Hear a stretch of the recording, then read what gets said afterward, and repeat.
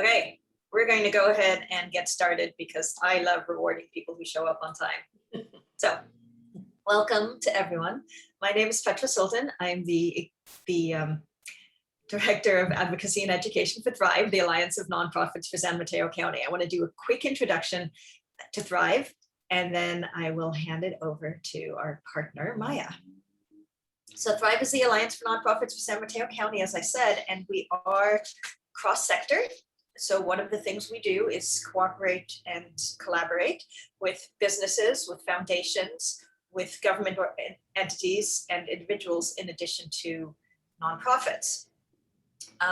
We have a lot of different things that we're working on right now. And so this slide just gives you kind of an overview of our current initiatives. A couple that I want to bring attention to is one that we're working on is COVID outreach, where we're working with 33 different nonprofit organizations to really get deep into our local communities to talk about initially COVID prevention, now much more about vaccine access. We also do a lot of capacity building. One of the events that's coming up that you might be interested in is the HR and the New Normal, and that'll be on Wednesday, May 26th. All of this information is on our website, and please spend some time there. There's a lot of depth in all of our work. This series came about because we have a collaboration with the Social Impact Advisory Group, and I'm going to turn this over to Maya Tussi, who is the leader and our partner on all of this. Great, thank you, Petra. Thank you all for joining us today. Welcome to our Social Impact Advisory Group Managing for Resilience speaker series in collaboration with Thrive.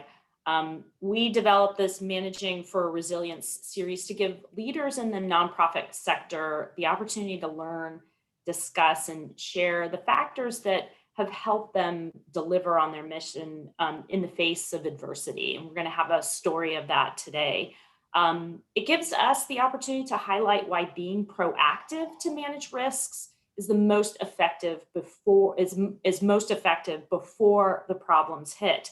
And this series will profile experts in a wide range of areas who have coached many organizations on what it takes to thrive and survive. So first, a bit about me. I'm a partner and co-founder of Fairlight Advisors, and we provide investment management and financial consulting to purpose-driven organizations to help fund their missions effectively. And my partner, Catherine Earhart, and I organize the Social Impact Advisory Group with others like ourselves who serve social impact organizations and nonprofits as consultants, board members, donors, and public officials to bring increased awareness to their needs to promote stability and strength. And if you're interested in hearing more about Social Impact Advisory Group events, I'm putting the link in the chat so that you can sign up for any upcoming events. So let's kick off what we have today. I'm really looking forward to this. This is the second in the series, and we've asked Jerri Rosen, who's the founder and CEO of Working Wardrobes in Southern California, and she's going to talk more about what Working Wardrobes' mission is. And her partner in a story, Katie Wagner, who is the president and CEO of KWSM, a digital marketing agency, to talk about how telling an effective story can help you not only with your donors, but also can help to engage all sorts of supporters that one needs to run a successful nonprofit. And with so much marketing going online, your story needs to be even more potent than ever. So let's start with Jerri. Can you tell us what inspired you to found Working Wardrobes and about that journey? Thank you so much, Maya and Petra, and everyone for tuning in today and for having Katie and me with you. So I started Working Wardrobes 30 years ago. I call it a very happy accident. I had no intentions of running a nonprofit. My background is marketing and advertising, but I really was moved by the plight of women who are survivors of domestic violence. And I read a statistic that there are more animal shelters than there are shelters for women survivors of domestic violence. And while I know people love animals, and I do as well, I really also love people. And certainly women who are going through domestic violence need the help. They need a safe place to heal and to grow. And so we wanted to be able to provide these women with a boost in their self-esteem. We knew that if we could help them feel better about themselves, we really wanted to give them the tools to be able to go back into the workforce, to stand on their own feet, and hopefully not go back to their abusive situation. So we started with a one-day event. We originally called it a day of self-esteem, and we served 67 women from 6 safe shelters in Orange County, California. And we did a skills assessment because I always thought it was just as important to figure out who's on the inside and what this person needed on the inside as it was to give them the outside services. But the outside is also important. And we did personal grooming, we did their hair styling, we did makeup, and each of the women had a personal shopper to help them select a new wardrobe, their working wardrobe, if you will.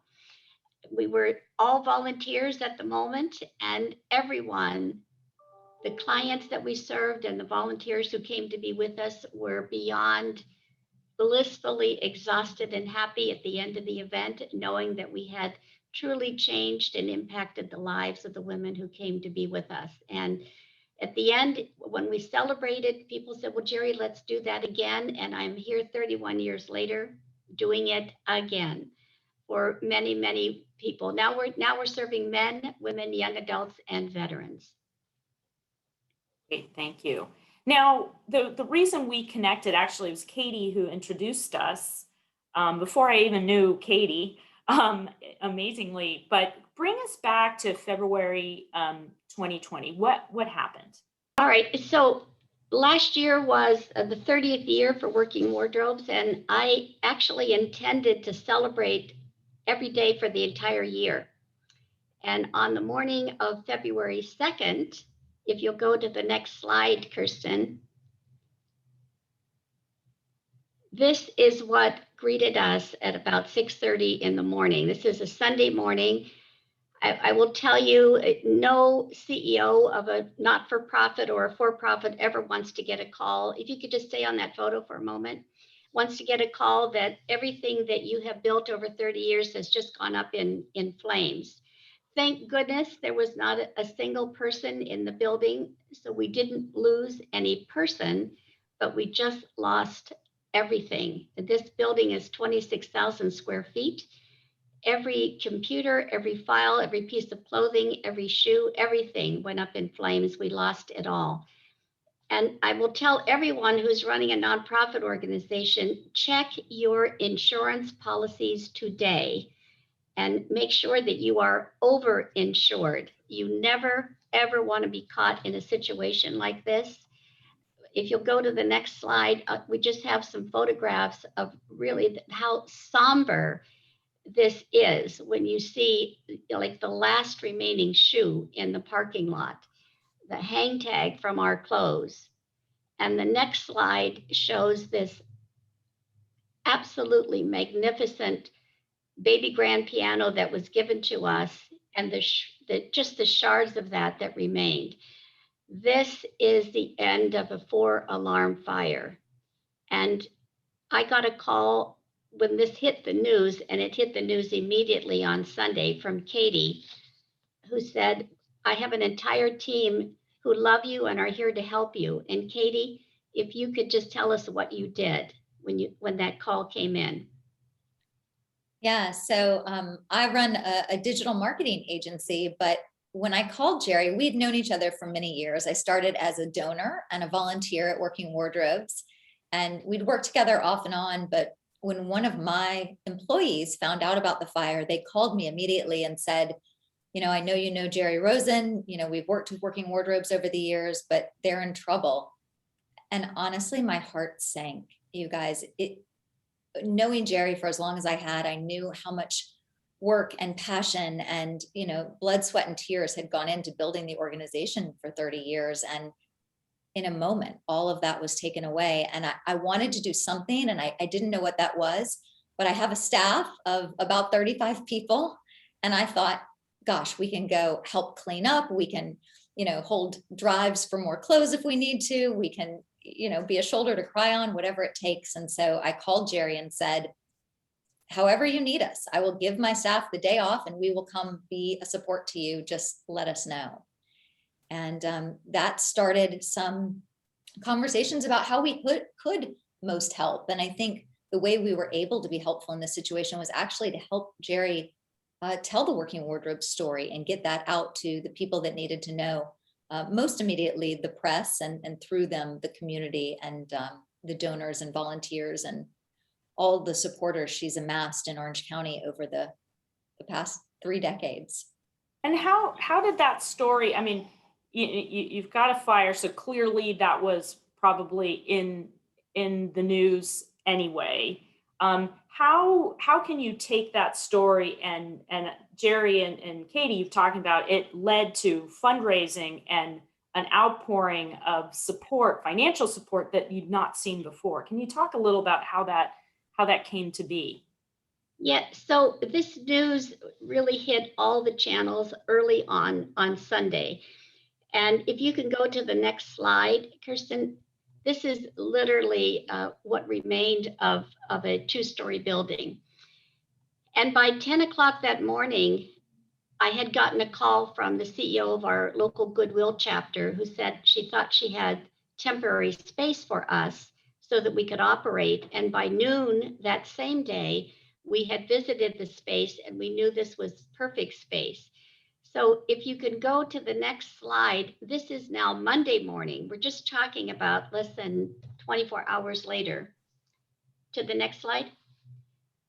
And we literally, with Katie's help, had an incredible press conference right in front of this building that we were going to move into. So the fire happened Sunday morning, Monday morning, the press conference, and my team went back to work Monday morning.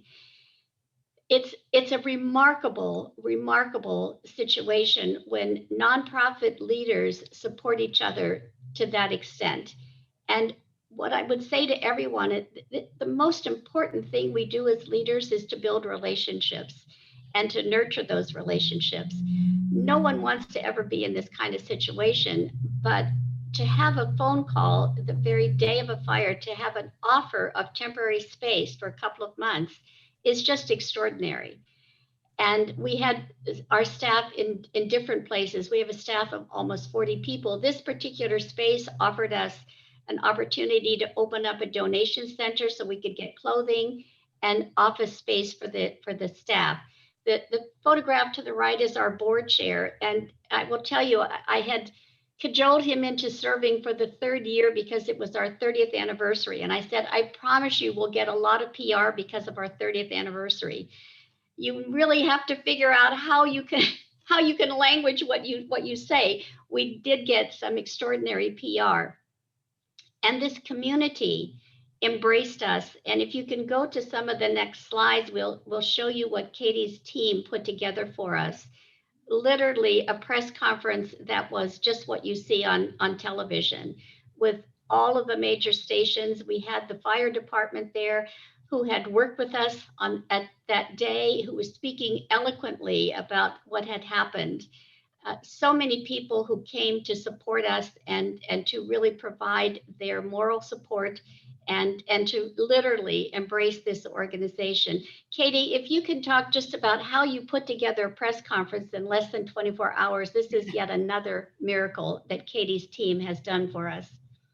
Yeah, absolutely. Well, first, our theme today is about resilience. And I think that really was the story that we had to tell. It wasn't really about the fire at this point. The fire happened, yes, but it was really about Working Wardrobes and their team saying, well, we need to start rebuilding. And Jerri was saying that within hours of the fire happening. And we really languaged the story around that, around it's our 30th year, we thought we were celebrating, and now we're going to be the phoenix that rises from the ashes of this fire and really rebuild for the next 30 years. And so once we realized that failure was not an option in Jerri's mind or heart, and she was going to rebuild, and we were going to start immediately. We knew that was the story we wanted to tell to the press and have them help us tell to the public. And so we went to work putting together a list of all the media. Working Wardrobes is located in Orange County, but we contacted the LA stations and the Orange County stations and even some San Diego stations, because when you think about a nonprofit that's been around for 3 decades and is as large as Working Wardrobes is, there were thousands of people that over those years had volunteered, had donated, had seen Working Wardrobes at events or in the press. And there were going to be thousands of people that were affected by the fact that the building had been destroyed and that it was time to start over. And so we put together a press release and a media list, and we sent it out. But then we really followed up with phone calls to make sure that the media knew what a big deal this was and how many lives this story really was going to touch. This is not just the story about a fire. It's not just a tragedy that happened to Working Wardrobes. It really happened to all of these people who felt a connection to the organization, not to mention all of the thousands of people that the organization serves every year, who were now going to be hurt by the fact that Working Wardrobes was down for the count, albeit briefly. And so we really wanted to tell that story. We had individual conversations with all of these journalists and media representatives, and we invited them to join us at 10 a.m. the Monday after the fire. So the fire was on Sunday, and then Monday at 10 a.m. we had this press conference, and they drove down. And 10 a.m. is a strategic time if you're going to have a press conference, because the way TV news works is that there's the morning shows, right, that start about 5 a.m. and go to just before 10, around 9 in most cases. And then there's the noon shows, right? And they're starting to produce those and lock things in around 11:30 for the noon shows. And what we wanted was to be strategically placed so that we could get some live shots on the news shows or the noon shows. The journalists would broadcast live from our press conference. And those that didn't have live capabilities would have time to collect interviews with important people and get them back to the station in time to air on the news. But you can't do it too early in the morning, because then all the key staff is tied up producing the morning show and they won't be able to leave to come down to Orange County to cover our story. So we strategically held it at 10. We got, as you can see in the pictures, great turnout. And then we provided a list of all the key people that were going to be at the press conference. We had the fire chief, and of course, Jerri and the board chair, and Nicole from Goodwill, who was giving us the space. And we made a press list that we handed out at the press conference as journalists arrived of all the important people and their roles, and said, look at this list, tell me who you want to talk to. And then we lined up interviews for them while they were there. So I think one of the keys to getting successful press coverage is making it as easy for the journalists to get what they need as possible and as efficient as you can when they're there. So we let them cherry pick. I want to talk to this person, this person, this person. And then my staff ran around and facilitated those interviews so that everybody was in, out, got what they needed, and could get back for the noon shows. Something you'd said, Jerri, too, is that you had not been working officially with Katie, but you have this good story that helps Katie tell a story. We only briefly touched on the fact that, Katie, you're a former anchor and investigative journalist. Can you talk about what makes an effective story? Yeah, absolutely. So yes, I was a television anchor for 15 years, worked all over the country. And it turns out that there are some very common themes that make effective stories. And these are the things that today I encourage our clients to look for in their own organizations. And one is that good stories always contain people. Sometimes, depending on what the mission is for your nonprofit, we get wrapped up in that mission, whether it's the environment or animals, as Jerri mentioned earlier. And really, the best stories are about humans. They're not about things or stats or science or results. And you have to show us the people that are affected and the people that are players in your stories. And so that's not just the people that experience the end result of your mission. It's the volunteers that help you pull it off. It's the staff that work long hours within your organization. It's the board that supports you in your mission. Those human stories are really key. So that's one. The second common element to what people find effective in stories is going behind the scenes. We like, as humans, insider information. So if you can show me what's happening in the inner workings of your organization, or take me behind the scenes at an event, or even in the course of doing your daily work, people feel really connected to that emotionally. They like to be insiders. They like to get that view that not everybody gets, and that can build a lot of support and a lot of connection. And then good stories educate. They don't sell. I think so often as nonprofits, we know we have to get donations and we have to make relationships with donors and get them to support us. And it turns into pushing for that and not often educating about what does that mean? You know, what does the work make possible in our community? What does the mission do? And those educational things, you know, what kind of impact are you really having when you donate to this organization? That's key. And then the last one I'll mention is that good stories tie into things that are happening anyway, things that are happening in the community. To use Working Wardrobes as an example, you know, during the pandemic, we saw lots of people out of jobs, right? Lots of people got laid off, lots of people couldn't find work. Those are the people that Working Wardrobes supports anyway, but their work has never been more important than it is now in the pandemic. And these days, after we've recovered from the fire, we're focused on telling stories for the organization about how the work we've done for 30 years now becomes even more relevant in a time when so many people who have never been out of a job before are struggling and need this help in a way that they haven't in the past. So it's looking at the things going on in our world and figuring out how can you tie your mission or your purpose to those things and make it really relevant for people in a timely manner. And Maya, that's how you get good press coverage also, because journalists are always looking for the news peg.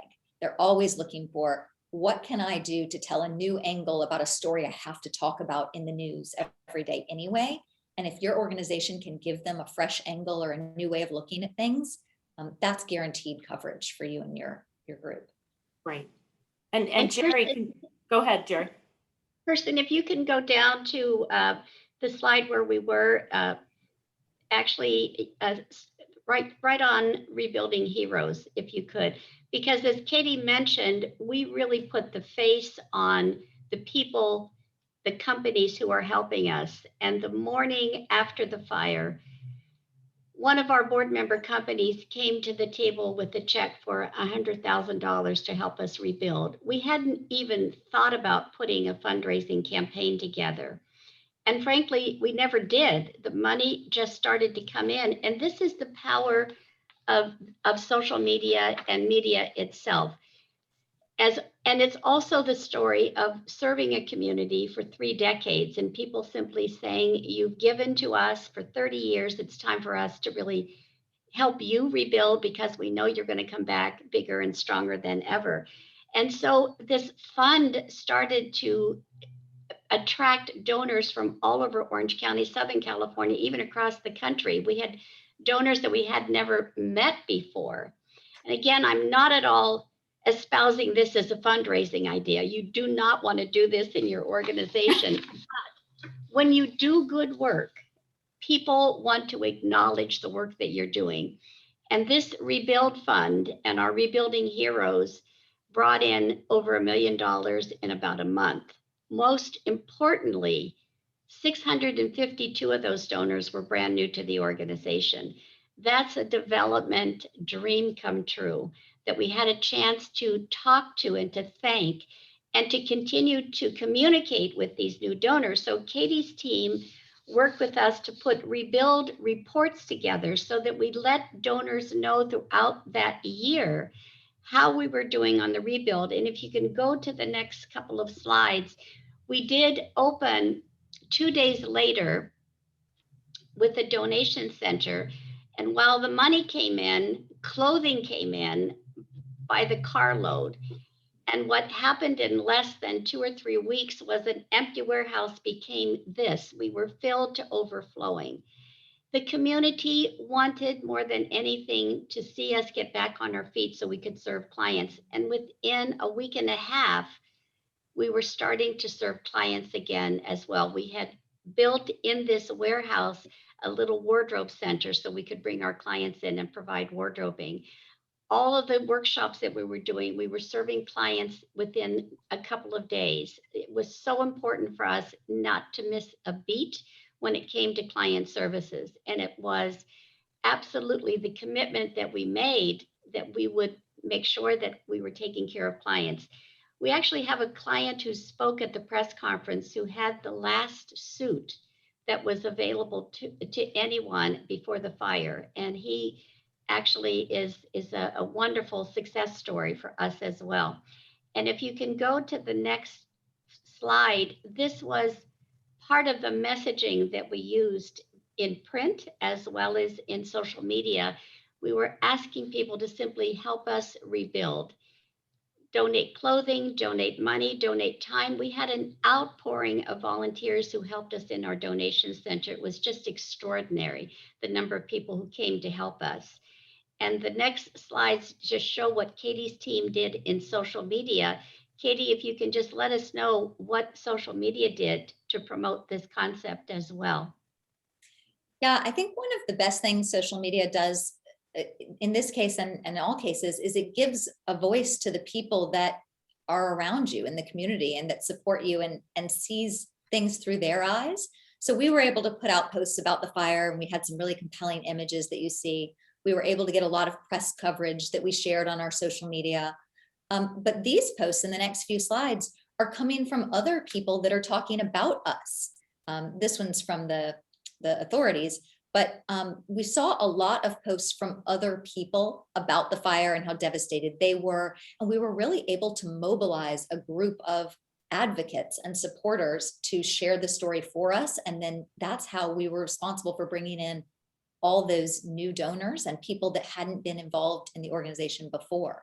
So I think it's really important to not only tell your own story, but to really empower the people in the community around you to talk about you and share their stories as well.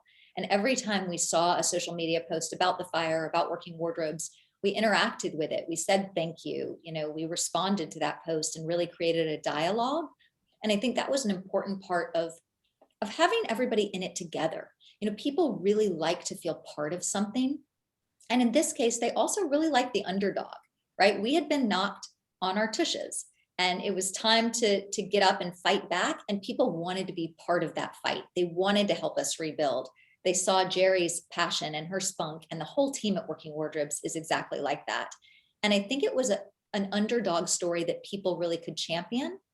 And then when they did, we were very, very active in embracing them and saying thank you for supporting us. And thank you for everything they were doing to help us spread the word.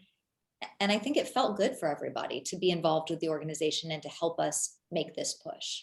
Mm-hmm. Social media gives a voice to the people around you that maybe don't get on the media, but still have things to say about you. And I think it's important to amplify that. Mm-hmm. And what go ahead, Jerri, if you want to add. For us, it was so important as the money came in to really be true to the statement that we made to our donors that we would rebuild. And Kirsten, if you can just go to the next slide or so, I just want to talk you through. It took us 5 months to rebuild the organization, but 6 weeks after the fire, the middle of March happened to all of us and we all went home.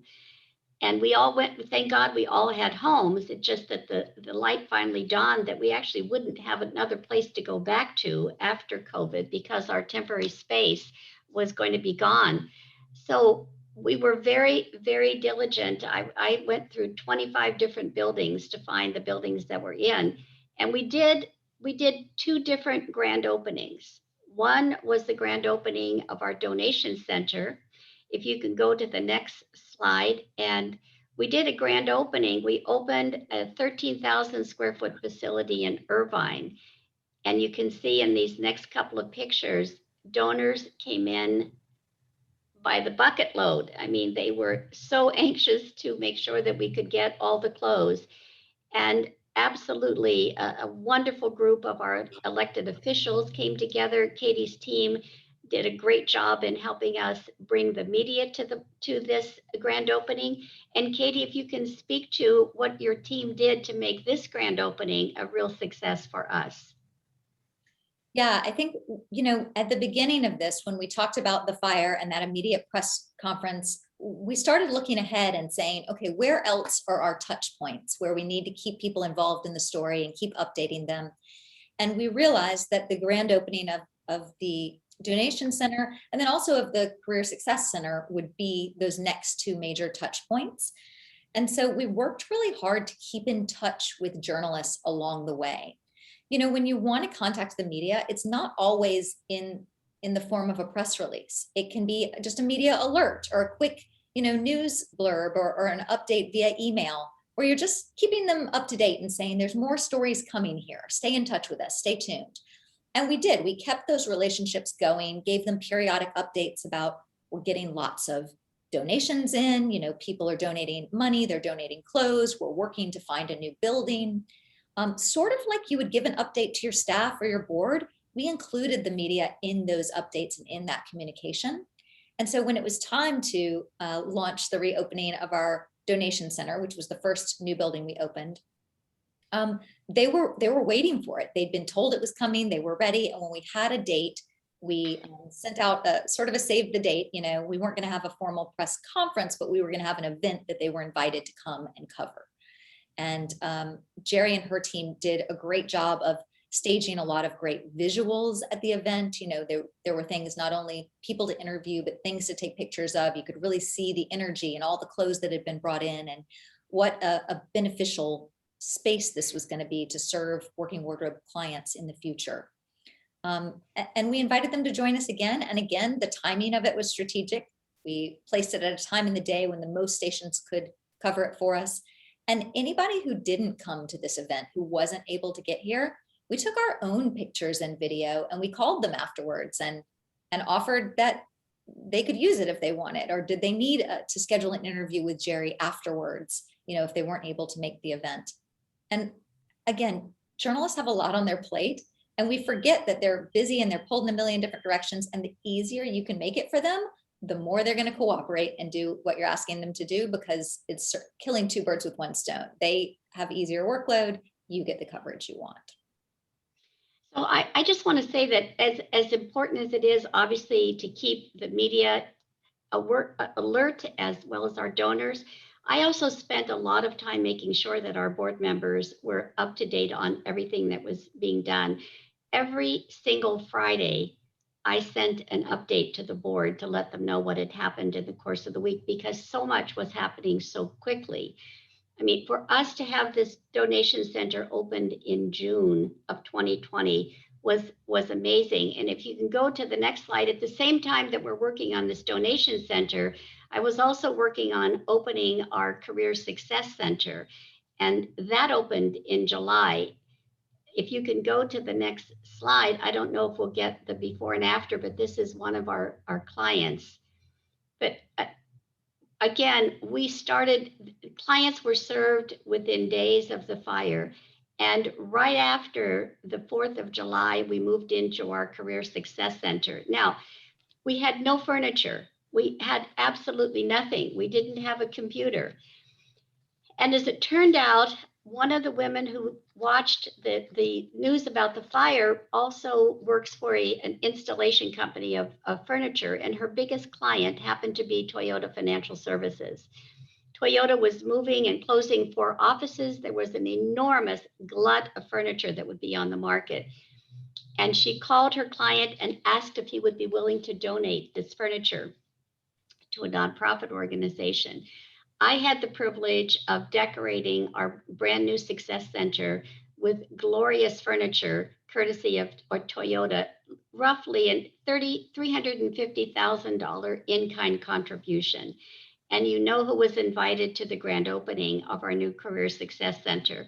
So if you could go to the next slide, again, we build all of the people that helped us as our rebuilding heroes and put together an invitation to a grand opening. So we needed several months to get our building up and running, and we held the grand opening for the Career Success Center in September.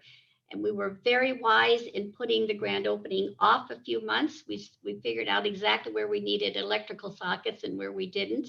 But this career success opening put us squarely in the map because we opened our center in the city of Santa Ana, the center of Orange County, and a city that I had always wanted our operation to be in. And again, we worked very closely with Katie's team to host another press conference and the opening of this Career Success Center. So Katie, if you can walk through the next few slides, it was incredibly well attended by officials in our home city. Yeah, so this was our third big push of press during this resilience story. And we did, rather than just have a press conference, we called this a grand opening event. And remember, you all, this was happening in the middle of COVID. So we staged the press conference outside and we had everybody socially distanced in the audience, and the press was invited to be socially distanced so that they would feel comfortable coming. And then what we did was, instead of just having a press conference, we actually also did tours of the facility, and we had distanced, spaced out tours. And again, we contacted the press in advance and we told them there were going to be tours, and we let them know how that schedule was going to run and gauged interest and who was going to be interested in going on the tour. And then we nominated Working Wardrobe staff members to lead those groups of journalists and community members through the tour once they got there. So again, making it very easy for the journalists to get all the footage they needed. We again handed out a media list of who's who at the press conference, who those dignitaries were that showed up. We had a lot of community leaders, city officials, state officials that showed up to support Jerri and Working Wardrobes. And we made sure all of them were hooked up with the media as they needed to be. And then we showed the media really what the Career Success Center was going to do for its clients in action. We made a video of Working Wardrobe's mission, and we played the video in the lobby while people were waiting to go on their tour. And then we took them in distanced groups throughout the whole building. We had a path where they would stop at certain stations along the building to learn about certain services and points in our mission. But again, you know, just like we were saying that the community was engaged in this, this underdog story, this resilience story, the media really got on board with that too. I think this was a time when people wanted to see good things happening. People wanted to see, you know, people fighting back and winning in this time. Because COVID was a hard time for everybody. And certainly a lot of nonprofits were having a hard time whether they had a fire or not. And here was one that was really fighting tooth and nail to get back to serving clients. And again, a mission that tied into what was happening in the world. So we were able to tell those stories and really engage people in that journey with us. Sorry. What I love about this is you know, we think of nonprofit events, the fundraising galas, now many of them online, but purely for fundraising. This is making something else an event that's part of the organization. It's not necessarily about fundraising, but I presume that comes, Jerri. Yeah, well, it actually started at this grand opening. The people that I'm standing with represent our newest corporate sponsor. We launched an IT scholarship campaign right after the fire because we knew that getting our clients IT ready was one of the most important things we could do. And this is our team from our audit firm with them that donated thousands of dollars and computers to get our clients job ready. The next couple of slides, if you would, Kirsten, show just as Katie mentioned, as we're taking people inside the building, we're cutting the ribbon for sure. That was an enormous pair of scissors. But inside, throughout our building are really the words that denote what is important to us: dignity and empowerment. We have a beautiful wardrobing center. The woman on the right of the screen is my forever hero, Nicole Sudam, who's the CEO of Goodwill. It was so important for us to have our partner with us the day that we were able to open our new center, to have given us shelter when we needed it the most, and then to celebrate with us. So I tell you, and I can't reinforce this enough, it's the relationships and the nurturing of relationships that really are the power behind the work that we do in the nonprofit world. All we have are relationships and how we can really make them as strong as we can. The next picture is going to show the whole team behind the Toyota contribution. This wonderful man, Tim, oops, if you can go back to that for a quick second, who just said yes to donating all the unbelievable furniture. And in the middle, Michelle Ormiston, who worked with me to do the entire layout of our building. It's just extraordinary. And the next slide just shows this very happy staff that now is resident in a beautiful, beautiful new workspace, the best we've ever had. And of just a few more slides that will show you what we did that day, and the camera crews that Katie's team made sure were sheltered and taken good care of. But many proclamations. You know, we'd been around for 30 years and we had walls and walls of wallpaper, and we lost all of the awards and the proclamations. And so our board of supervisors and our chamber people were really, really vested in making sure that we had some new items to put on our new walls, and we were delighted to welcome them. So I want to kind of pause there, and we want to open it up to questions. Thank you very much for that really empowering story. Petra, do you want to first start with the poll, and then we'll open it up to questions? Yes, so we were thinking that it would be interesting to see who in the audience is using what kind of media to get their word out. A lot of what Katie's been talking about has been very traditional media, and then how it gets amplified with social media. So on this poll that's coming up in just a second, you can pick as many as you want, but we'd love to know how you get your word out, and then we can ask specific questions of Katie and Jerri as to how they did it that was most effective. So email and Facebook are the main choices, some LinkedIn, not using the press very much, and blogging. Katie, Jerri, do you want to comment on the results? Is that what you kind of anticipated? It is. Well, Jerri, go ahead. Well, I'm just going to tell you from a nonprofit point of view, every one of these channels is important in getting your story out.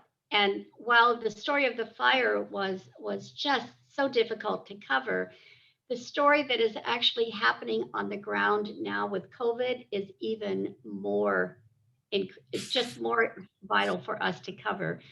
We've done several white papers that we've been able to send out to the media and to our donors and to our readers. And as a result of that, that has opened up the door for more media coverage. We just had a front page article of the business section. And frankly, that's one of my dreams come true, to be in the business section, not lifestyle, but we're all businesses. And to be on the front page on the Sunday edition was amazing. And we're talking about the She Session. This is exactly what is happening in our country today. And nonprofits are as relevant and current as any for-profit business. The issue that the challenges that women are facing right now are just front and center in everything that's going on in the economy.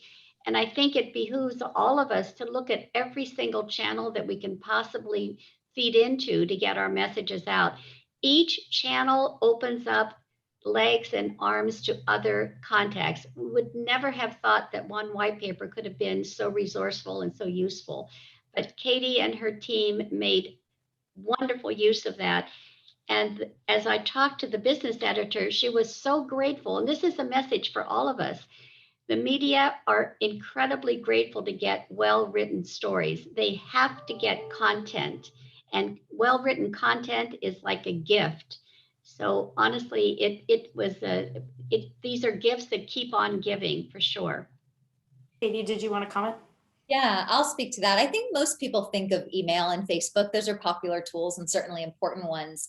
But down at the bottom of the list, we had press, which I think can be challenging. Nobody knows how to harness the press that often, right? But then blogging was second to last. And if you guys aren't blogging, I want you to write down my phone number and call me, and I will walk you through it, because you need to be. Jerri knows that I bang the drum with her staff about blogging all the time, because one of the most important things for nonprofits, and this ties into getting press as well as donations, is thought leadership. And your blog is your platform for putting out your editorial stance on the issues that your mission happens to affect and the ways you make a difference in our community. And blogs are important in a variety of ways, but one of the most important is that they get indexed by Google as separate pages of your website. So every time you put up a blog post, which ideally would be about once a week, Google is re-indexing your website because there's new content. And so when people are looking for terms online that relate to your mission, your website is more likely to come up at the top if you're releasing fresh content. So that's the technical reason. The thought leadership reason is that when people find these articles and they click on them, now they're back to your website to explore, to donate, and you should have calls to action at the end of every blog post about how people can get involved, whether it's a donation, a volunteer mission, some way that they can take a next step. We find that blogging is one of the most popular sort of doors to get people into your website. Not everybody's going to search for you and come in the front door or the homepage of your website. They may find an article based on a topic they're searching for, come in the side door, and then engage with your organization that way. And also, we've been able to take blogs, and this white paper that Jerri's talking about was a series of blogs on the website. So we made a white paper that was a significant piece of content, and then we broke it into individual blog posts that went out once a week, and they would link back to the white paper. So we're leading people into this content, but we were able to use that as a way to pitch editorial pieces to different publications. So Jerri's had an editorial that came out, I think just last week, in the Voice of the OC, and she's got one coming out either next week or the week after, I can't remember, maybe first week of June in OC Business Journal. And then she got this press in the Register. That's not because we thought, hey, let's bang down the business, section of the Register and get them to put us on there. It's because we were exhibiting really good thought leadership and talking about how things in our community are, the state of things and how Working Wardrobe's mission ties into that. And Jerri has become a mouthpiece for saying we need change in the community. We need to address these problems. And a lot of that came through our blog and our content. And that's really how you get press when you don't have a fire or something, to throw a press conference about. It's that you add valuable thought leadership and a valuable voice to the conversations that are going on. And again, press, their job is to cover the same stories day after day with different angles. If you can add fresh voices and fresh angles, they will glom onto that.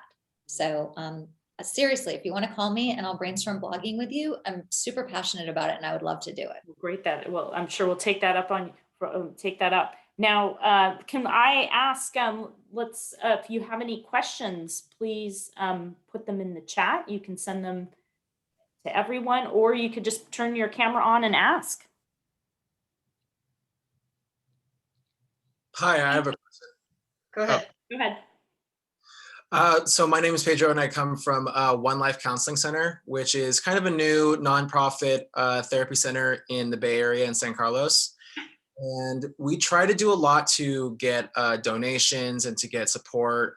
We have an event once a year called the Night of Inspiration, which is kind of like a culmination of like all of our donations and donors, just to celebrate them for coming in.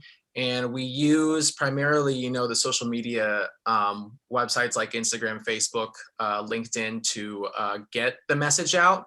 But I was really curious about definitely with the blogging, like how it was mentioned, but also how to start to utilize local media outlets to sort of grow our idea, and to also how to fundraise without being about the money, if that makes sense, to to really encourage the story rather than asking just for donations.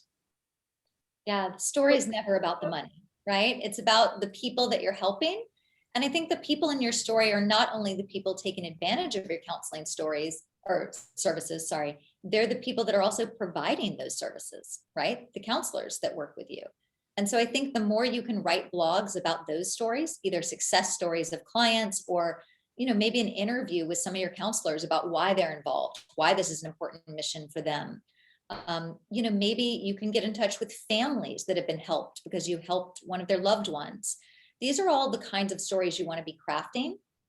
And, the best way to get the media attention is to tie it into stats or facts that you can find in your local area about how many people need these services but maybe can't afford them or don't have access to them, and how you're helping to solve that problem. And again, if you can write white papers or blogs or even press alerts about how this is a real problem in the area and your organization is playing a role in solving it, that can go a long way. I also like the call to action where you're asking other people to play a role in solving it too. And that's the thought leadership. So maybe your CEO says, this is a problem. Here's what we're doing to solve it. Here's some things you should be doing too. And we found that editorial press really likes to put those challenging pieces that, it's a call to arms for the community out. So if you can wrap that in, that's very helpful as well. And Pedro, we have found that the voices of our success stories, our clients, are the most powerful voices anywhere, much stronger than anyone from development, from the CEO. We often will spotlight our success stories at our galas. Honestly, it's an emotional roller coaster that you really want to create at an event. And at the peak of those stories, and we literally create a spotlight on each of our success stories, and they speak very eloquently, very briefly, but talk about what they have received from us and where their lives are now that they're on their feet. There's thunderous applause and cheers and screams and tears, because this is really what donors want to invest in. They want to invest in the success of the clients that you serve. And we have been very, very fortunate to also do scholarships that help a donor sponsor an individual client. And that client then returns a thank you to the sponsor. There's nothing more powerful than a sponsor getting a communication from the person that he or she has sponsored.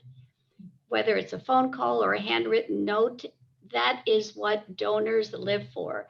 I've changed a life. I've had a conversation with the person that I have invested in.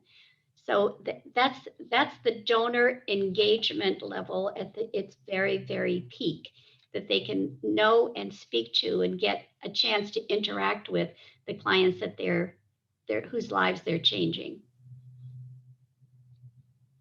We have, thank you, Pedro. Do we have another question from the audience?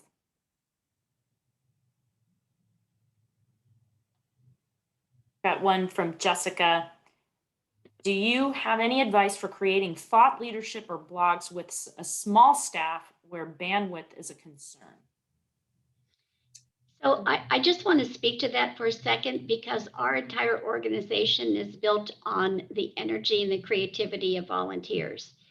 And I strongly suggest that you find incredible interns who are journalism major or who are majoring in the kinds of work that you're doing, whether it's human ecology or social services, and find people who want to donate and learn your business and write for you. There are so many young people who have tremendous opportunities to support your organizations. We just graduated 3 of our interns 2 days ago. They were remarkable, absolutely remarkable. 1 in public affairs, 1 in event planning, and 1 in donor stewardship. So you've got to find talent, but make yourselves open to finding the talent and bring them in. It does take some time to supervise interns and volunteers, but I will tell you their work can be extraordinary. And no one in the nonprofit world has enough money to do all the work that we need to do. So honestly, harnessing the energy and the horsepower of volunteers is infinitely important. In years past, we've had as many as 4,000 and 5,000 volunteers that have worked with us in one way, shape, or form. In our stores, at our events, in our offices, we could not do what we do without volunteers. Hugely important to find interns and volunteers to expand the work that you're doing. Great, thank you, Jessica. Another question? So I actually would like to have somebody from our audience talk, because we have Joanne here from Midpen Media Center, and it would be great, it's community access, to hear a little bit just from our local landscape, Joanne, what you've found is effective, and just give a little bit of local color to what we're doing. So I'd be happy to. We are a community access a studio and station. We offer training in how to make television shows, and then we help community members make shows about whatever they want, whether it's about cultural diversity, politics, election information, just entertainment, exercise shows, comedies, singing competitions, all of that. And interestingly, even though we are a media company, we have a challenge getting news coverage ourselves. And one of the things that we are looking at doing moving forward is creating our own local news shows that are produced by either students in the area or others of our volunteers and producers, because what we're seeing is a growing need for hyper local news coverage. We see a lot of, you see a lot of coverage of issues, topics that that affect large areas, but really what's going on in individual communities.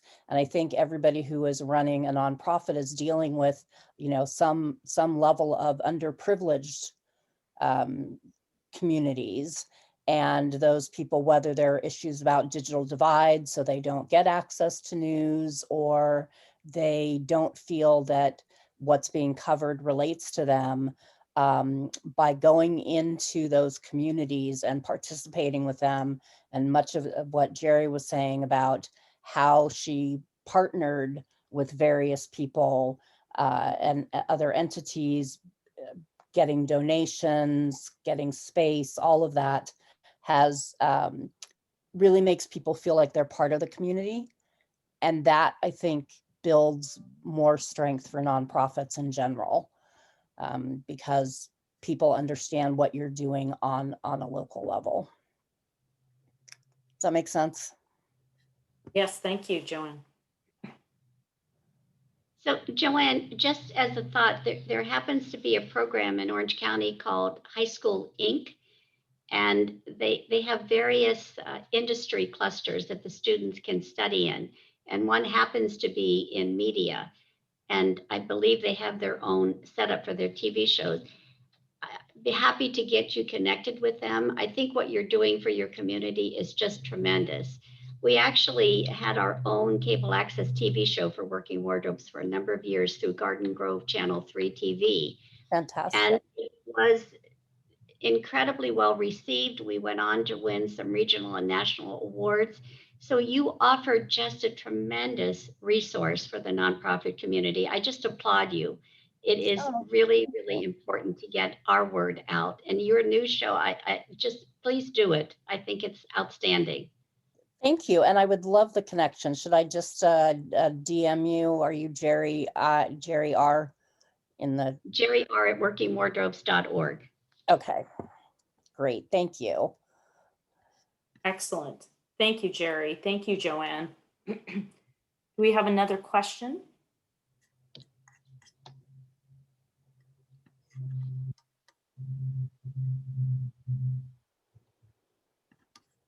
Not.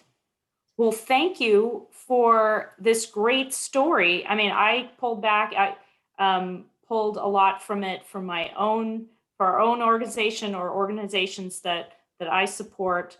And I hope all of you got some kernels of wisdom from these two experienced storytellers. We will definitely send out some material after a recording of the of this event, and we'll also have a written blog as Katie pushes on this as well.